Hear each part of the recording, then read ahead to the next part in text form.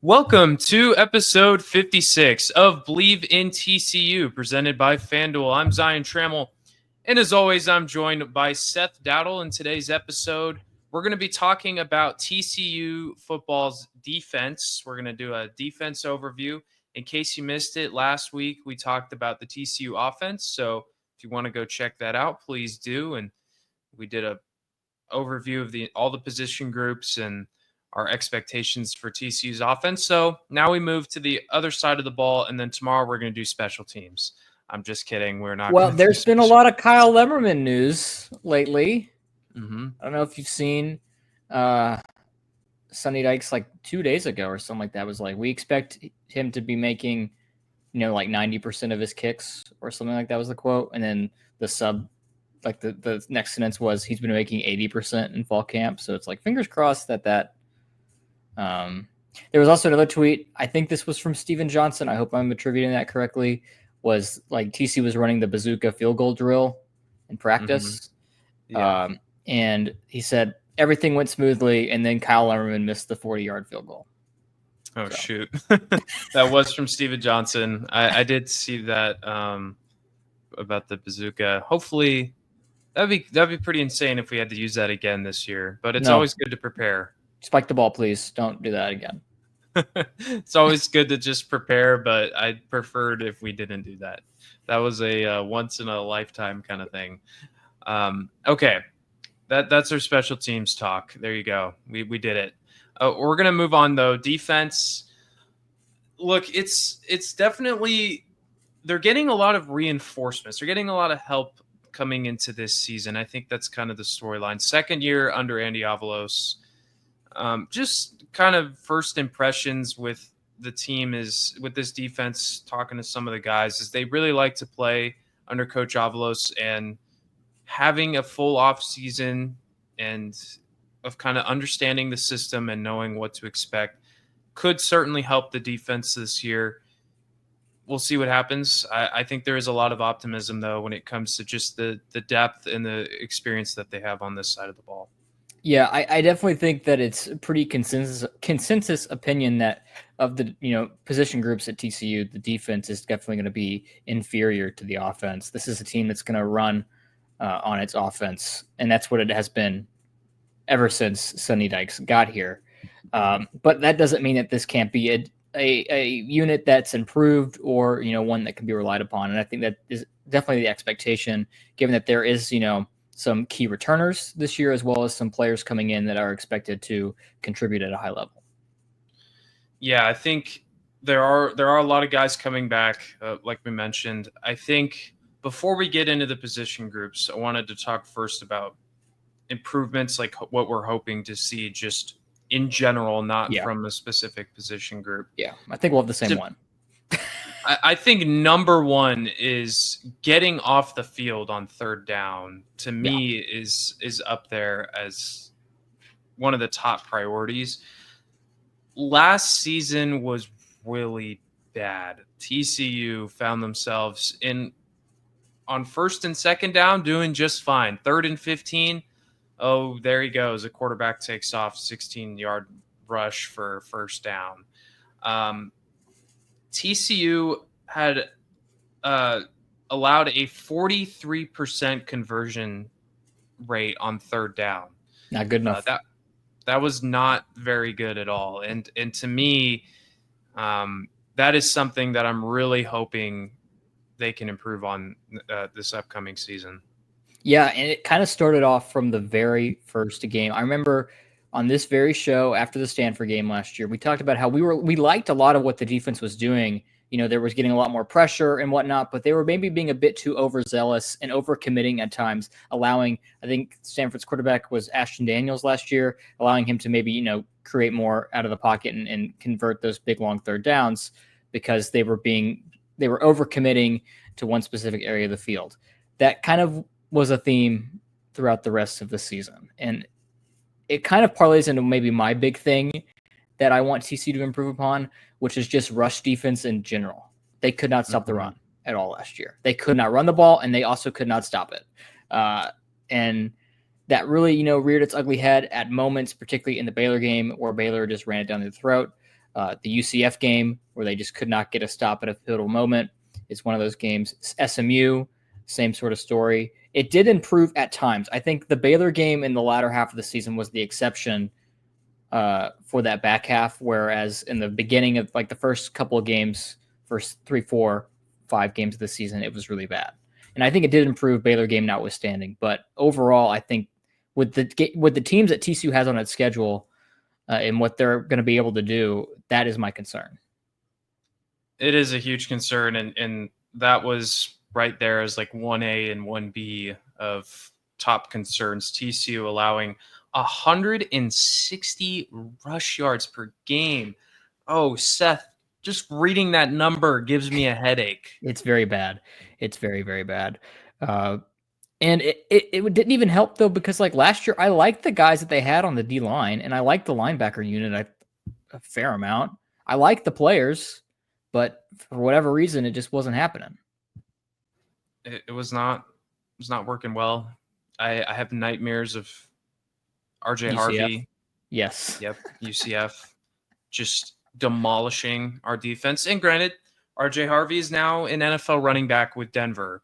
So, hey, you're facing NFL level talent, sure, but still, it was really bad. And then the Baylor game, it was brutal. And I think that's those two things, man. You can't be bad at both of those and expect to be successful on defense. You got to give the ball back to Josh Hoover. You got to give him as many opportunities to put up points as possible.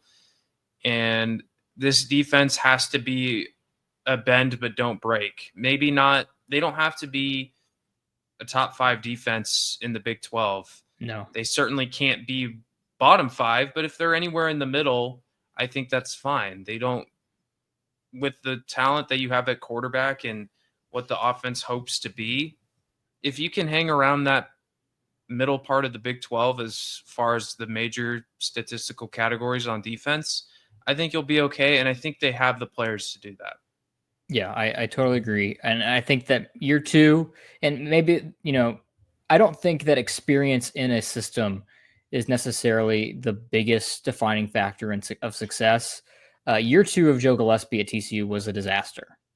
So there's no saying that year 2 of Andy Avalos will be any better. I do think that it is a bit of a different story, that there was a lot of players that left that 2022 team going into the 2023 team, and there was a lot of new faces to where maybe, it just didn't click as well as it did with the other group.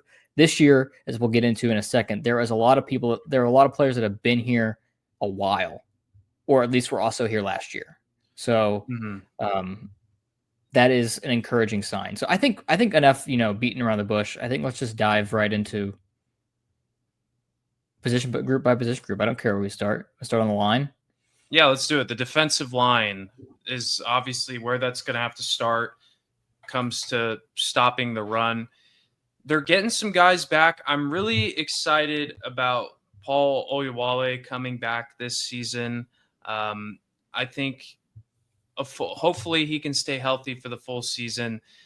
It should be hopefully a good year for him. I like what we have on the ends with Devin Deal and Zach Chapman. I think they're both very talented. I think Deal had 5 to 6 sacks last season, so there is a lot of talent there.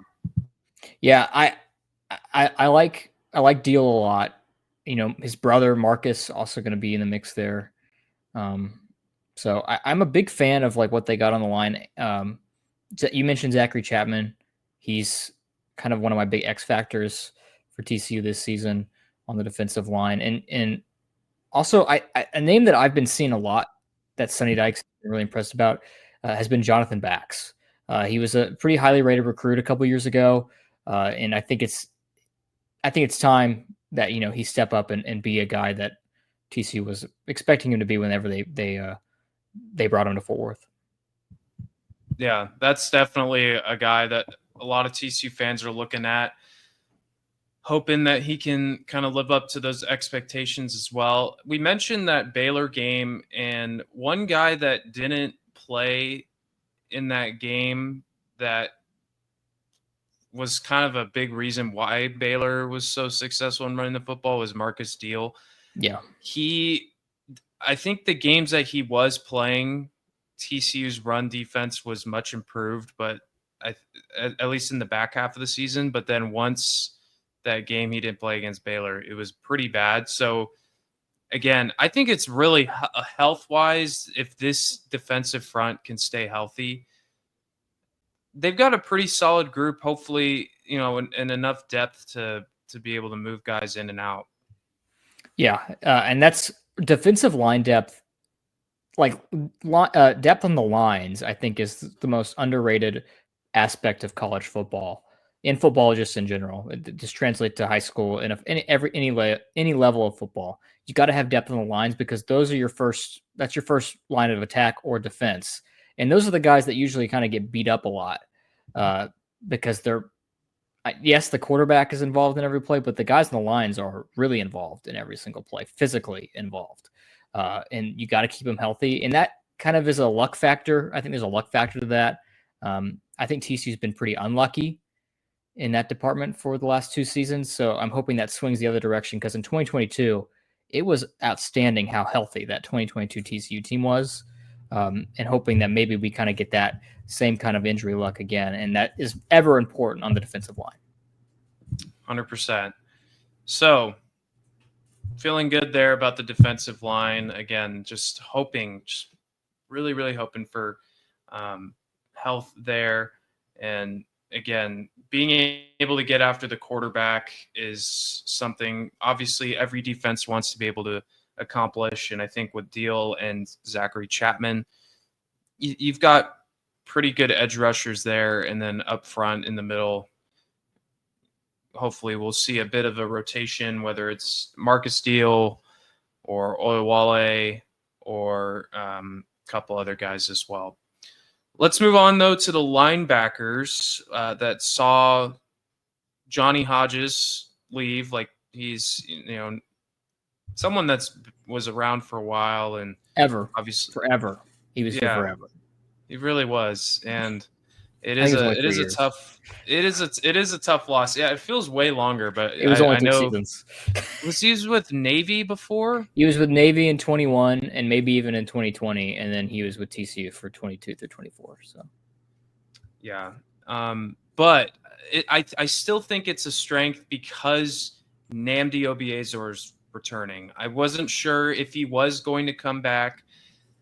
He was second on the team in tackles last year, and man, oh man, is that absolutely huge that he's coming back this year. I'm really excited about Nnamdi Obiezor. And I think besides the fact that you lost Hodges, I think linebacker is still a strength for the Frogs. I think it's their best defensive unit. I think it's the best part of the defense. Obiezor and then Caleb Alarmzor will be, the projected 2 starters there. And they're great. They're really good. Got to keep them healthy, but they're really good. I know that it just goes back to that point with health, but yeah, you feel really good about where you're at linebacker. Obiezor making that transition from safety to linebacker obviously has handled that excellently, and it's been fun to watch with him, and I'm really excited that he's coming back for TCU, and you're good at that position. I think they're pretty solid. Yeah, it's of all the position groups on the defense, I'm least concerned about this, which means basically that they're going to be so bad this year that every week we're going to talk about them as we're going to jinx them into high heaven here. And after that North Carolina game, we're like, man, the linebackers were really bad. It's like, here's the thing. It's so weird. Yeah, the linebackers just not very good. No, it's let's hope that doesn't happen. Yeah, of course. Yeah, TCU, they've got 2. They usually have 2 linebackers out there. I believe Obiezor was the will linebacker, and then Caleb Earlham's, or I'm always botched that. I was at the Mike linebacker, so yeah, should be good. Also want to shout out Max Carroll, courtesy of Dave Campbell's Texas Football Magazine. This is a joke, inside joke. Max Carroll's going to be named actually to keep an eye out for He is also mentioned as a player to watch, as a breakout candidate in the DCTF magazine that came out about a month ago. So he again, I think the depth of this group is much better than, I mean, heck, even like Michael Thiessen is a guy that He's a is guy. going to be next up. It's a deep group. It's much deeper than the line. I like the line, but I think that this is the group, and it has been the group that like been the most successful core piece of TCU's defenses over the past several years. I'd argue. In 2022, like that defense is not the same without D Winters and company. Like especially in the 3-3-5, without a good linebacker, without good linebacker play that plugs those gaps, you're not playing good D. Yeah, D Winters was huge for that team. Obviously, Johnny Hodges. It's more of what you're missing on the field too. Off the field, a great leader, and but still, again, I think TCU feels pretty confident about where they're at the linebacker position. All right, I think for the secondary, we should just combine cornerbacks and safeties. That's fine, man. I think that's fair. It's highlighted by the return of Bud Clark for his 20th season in Fort Worth. I think, in all He seriousness, signed a 15-year contract several years ago, and he is back. He is back. He's still hanging around. And just to be clear, I am absolutely hyped that Bud Clark is returning. Great guy, super down to earth, super awesome to interview, and obviously a good player. And so obviously that's huge that he's coming back. You're feeling good about where you're at the cornerback position with Avery Helm and Channing Canada. Hopefully, I think there's some fingers crossed. Fun I fact wouldn't about say you're Channing feeling Canada. good. I wouldn't say you're feeling good. You're just cautiously optimistic about it. Yeah, because you're hoping that, like, okay, y'all were here last year, and I think Channing was here the year before, maybe too. Like, you've been here in this system, let's get it right. You know it. Let's go. Fun fact about Channing Canada: I had a class with him in 2023. Didn't know We took that. interviewing together. Did you interview him? No, I did not. It was always very funny though. We had a professor. It was after the Tech game that year. I think they lost that game in Lubbock, and it was pretty embarrassing. And it was the day after, and he walked into class, and she goes, "Channing, such a good game yesterday. We're so proud of you. We're so proud." And there was like this dude on the other side of the class that gave me this look of like, "No, we're not proud." And I was like, "Okay, guys, let's calm down. Let's not say it to his face, okay?" But yeah, I think that your hope there is that, okay, y'all have been here for a while. Experience is going to rule out, or is going to rule the day there. Because honestly, I'm not a massive fan of the room. I mean, McIver, I think, is pretty good. But I'm not the biggest fan of the corner situation. He's not a corner, but I am excited about Kylan Jackson from LSU. I think hopefully that's somebody that can play a role on this defense and can be somebody that stands out for that defense. Yeah, I mean, it's tough. Fine. It's fine. I think your safeties are much better than your corners. Bud Clark, Jamel Johnson, Austin Jordan. I like that group a lot more than your corners. There's a lot of playmaking ability on the defense, or in the with the safeties, forcing takeaways. They did a pretty good job of that towards the back half of the season. TCU did. I don't know the numbers. I don't have that with me right this second, but it did. I'm pretty sure from what I remember, they did a pretty good job of forcing takeaways towards the end of the season. And it would be nice if they can continue to do that in 2025. And that could start with Bud Clark or with Jackson and those guys. Well, yeah, and that just kind of goes. That's just on the whole point of like they couldn't get stops in any shape or form last year. Like they couldn't even manufacture them via turnovers. And it was just a whole, it was a group effort last year of just not being able to get stops. That obviously wasn't just a defensive line issue. That was obviously on those big long 3rd and 15s, the secondary, there would just be coverage gaps all of a sudden. Mm-hmm. And it just wasn't good enough. That has to stop, obviously, this year. Because I know we already did our offense preview, but in order for this team to succeed, right, you have to give that unit the ball back a lot. You want them to get as many shots at it as possible. Yeah, and I think you could attribute a little of that to TCU's inability to run the football. They didn't control time of possession very well, obviously against UCF and several other teams. They had very quick possessions offensively, and the defense, they're not going to make an excuse like that, but you got to imagine it's going to wear down your defense a little bit if you're just constantly running back on the field, if your offense is not able to hold time of possession, hold the ball for 5-6 minutes. No, yeah, that is definitely something that is important. And that also needs to change, but we talked about that already. There's a lot of things that I think went right for TCU towards the end of the season, but it still was not perfect.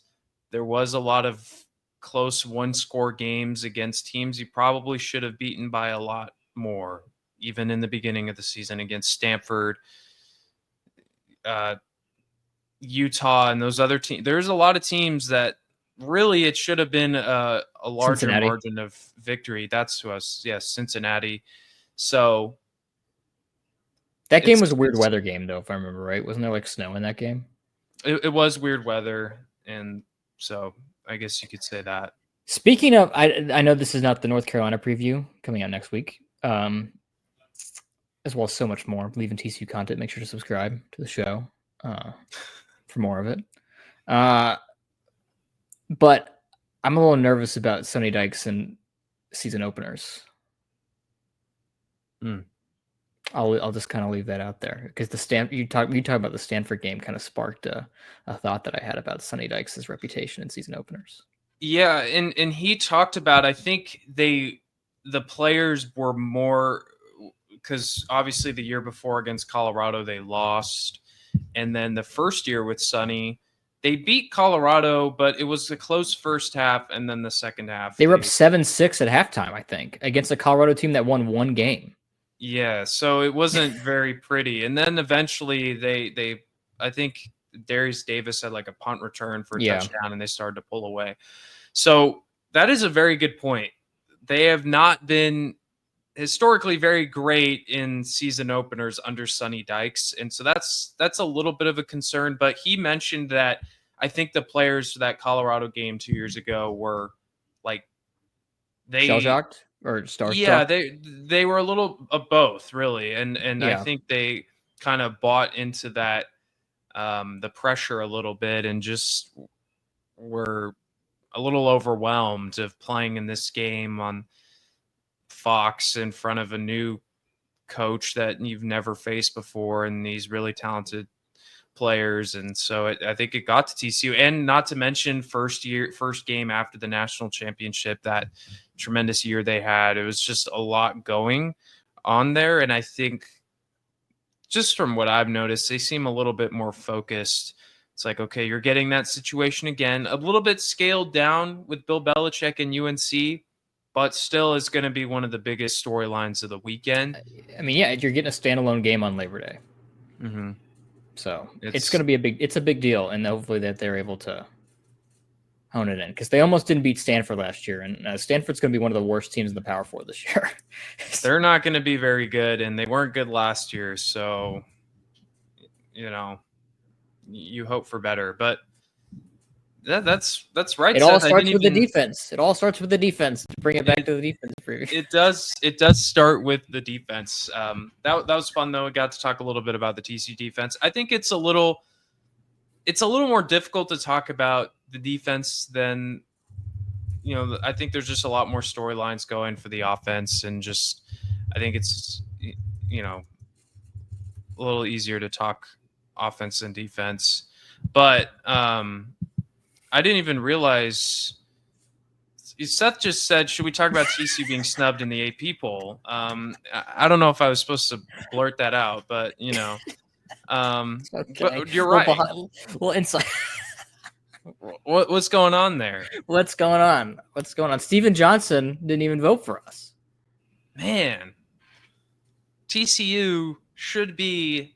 I think he's in right, the top though. 25. No, I think he's right. We want gotta earn that. We do, and I remember last week we said that we wanted to talk about the AP poll, and we didn't. And I think we should talk about it just a little bit now, and mostly from a TCU perspective. I think you're right. TCU does have to earn the right to be there because they have not done that. Now, you could argue that Texas Tech has also not earned the right to be there. They have not. I digress. I guess that's what happens when you spend so much money. Yeah, maybe they distributed a little bit of that money to the AP voters. Like, hey, we'll give you a little bit. Just put us in there, sneak us in there, please. So little validity to our spending. From just a TCU perspective, though, the Big 12 has Arizona State as the highest ranked team at 11. SMU's at 16. And then there's a slew of Big 12 teams at the back with K-State at 17, Iowa State at 22, Tech is at 23, and then the top three receiving vote getters are BYU, Utah, and Baylor. And then TCU received 4 votes, one above Pitt, who got 3. That is surprising to see. Utah, I do know they're going to be better this year, a lot better, but I'm surprised that voters I'm surprised that voters did their homework and said that they realized, okay, yeah, maybe last year was just a fluke and that they're going to be better this year. Real ball knowers would have had Baylor in the top 25 though. Probably. Sorry. I would have. I know it's the TCU pod, but I'm sorry. I'm sorry. Respect to the boys in Waco. They're going to be good this year, and look, I'm okay with TCU not being in the preseason poll because, to be honest, that thing is going to be wrecked in a few weeks anyways. So it's good that maybe we're not in it. So you hope that in a few weeks they can maybe earn their way into it. Obviously, the potential is there. That ceiling could be a top 20 team in the country. The floor could be 5-7, 6-6. You just don't know. But we'll find out here in a couple weeks. Yeah, we will. And hey, just you beat North Carolina, you'll be on people's radar. You beat SMU, I think you'll be certainly on people's radar. I've seen rumors that that's going to be a college game day game. Ooh, interesting. Coming to Fort Worth. If SMU and TCU take care of business first couple weeks. If TCU gets college game day there, I might have to pull up and go. I have to. You talk about voters doing their homework though. What's Florida doing it? What's Florida doing there? Florida's at 15. What are they doing? I have no idea. I really don't. I wish I had an answer for you, but I don't. I digress. Sorry. Yes, TCU college game day against SMU. Let's do it. Yeah, that would be pretty sweet. Sorry, where is SMU right now in the poll? Oh, 16. They're 16. See, I think SMU is a better team than Florida, but I think SMU is a better team than Michigan. And Michigan's ahead of them? Yeah. Wow. SMU plays Baylor in week 2, everybody. Watch that game if you can. It's on the CW. Oh, well, guess I'm using Stream East. I'm not finding that game. The CW, whatever. The fact that that's going to be a really fun game. It's a great game. It's a shame that it's on the CW. And Baylor starts the season, or CW, where dreams go to die. That's what happens on the CW. Where the Flash premiered, and like really not just some bad other really bad shows. I know the Flash isn't necessarily a bad show, but still, The it's Flash, just like Riverdale, it's a lot of like corny, teen dramas. teen dramas, and here we are with Baylor and SMU, a pretty big game early on in the season. The drama of our time, the college football epic of the modern age. ACC fans cannot convince me that that is like a serious, like, yeah, no, CW, yeah, what's so bad? You can't convince me that's a serious network to have college football on. It's not. You just can't. No. And speaking of Baylor, I know that we'll do a full week 1 preview next week, but Baylor plays Auburn week 1. It's a good matchup.